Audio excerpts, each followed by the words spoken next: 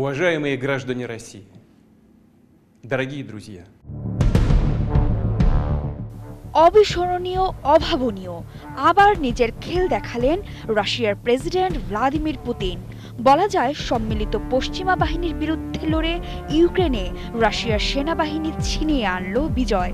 পূর্ব ইউক্রেনের কৌশলগতভাবে গুরুত্বপূর্ণ শহর চাসিভিয়ার দখল করে নিল রুশ বাহিনী।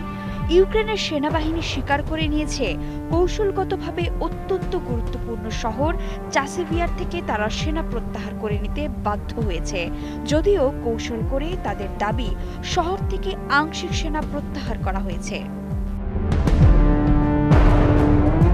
চাসিভিয়ার মুক্ত হওয়ার মাধ্যমে রুশ বাহিনীর সামনে খুলে গেল সম্ভাবনার নতুন দরজা।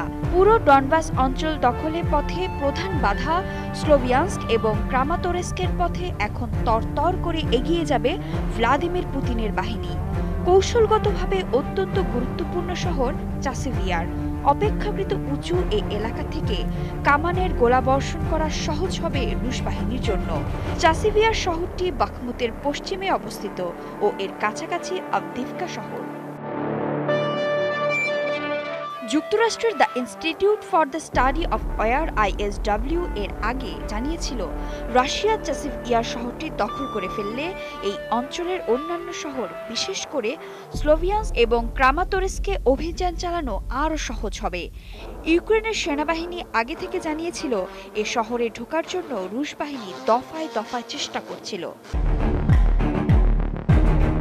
যুদ্ধক্ষেত্রের বাইরে রাশিয়ার যে কোনো জায়গায় মার্কিন অস্ত্র ব্যবহার করে হামলা চালানোর জন্য ইউক্রেনকে অনুমতি দিয়েছে যুক্তরাষ্ট্র।